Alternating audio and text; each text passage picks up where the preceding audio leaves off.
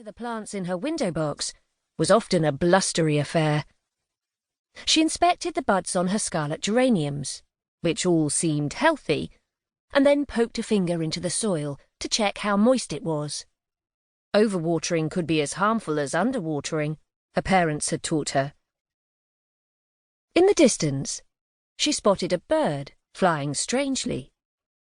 It seemed to be circling the other skyscrapers in the city and peering through their windows, like it was searching for something inside.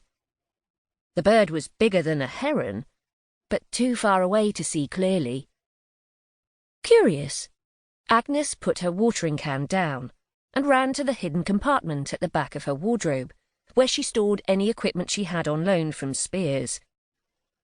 She fetched a small wooden case with brass hinges and opened it up.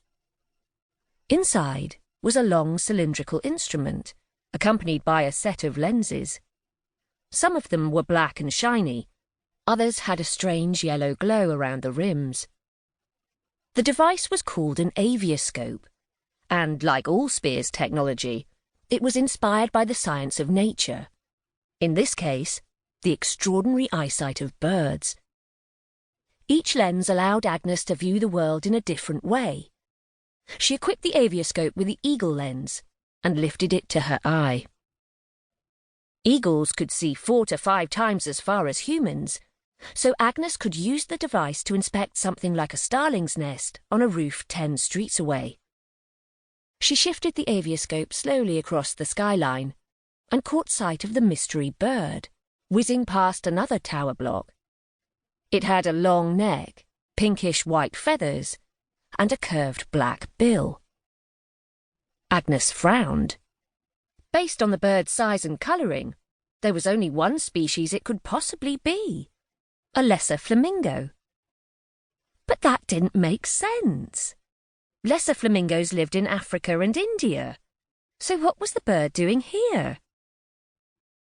Before she could investigate further, she felt her trouser pocket vibrating and remembered she'd stuffed her chromophone in there. Another piece of Spears technology, it looked like a small pebble with an undulating rainbow-coloured surface, like the skin of a Caribbean reef squid, its animal inspiration. Using a chromophone was the securest way for Spears agents to communicate long distance. Agnes returned the avioscope to its case and flicked a switch on the chromophone. The surface colours transformed into a live video image. A small, beady-eyed mammal, with an extraordinarily long nose, was squeaking at Agnes. Its velvety fur went from flame orange on its head to midnight black on the rest of its body, with small white circles around the eyes. "Attie?" Agnes tapped on the Spears communication pin, hidden under the neck of her t-shirt, in order to understand what her partner was saying. "Are you okay? I thought you were visiting relatives in Cairo." Attie shuffled closer to the screen. He was wearing a surprisingly vibrant Hawaiian shirt, patterned with bananas. "I am. They're a family of flowers shrews, a different species to me." In the background, several small brown shrews, with shorter noses than Attie, were scurrying back and forth inside an earthy burrow. "I just wanted to call to check how you're doing. Have you logged our daily butterfly count yet?" "First thing this morning," Agnes replied. "I saw 2 painted ladies, 4 common blues, and a beautiful red admiral." "Excellent," Attie remarked. "What about our other Spears duties?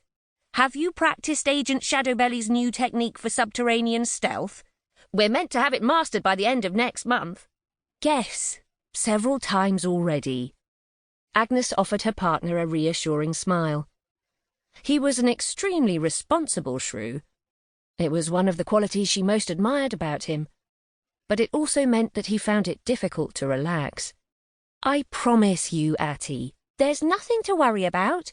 Everything here is absolutely—" But before she could finish her sentence, a whirlwind of pale pink feathers and spindly fuchsia legs came crashing into her geraniums, showering her with scarlet petals.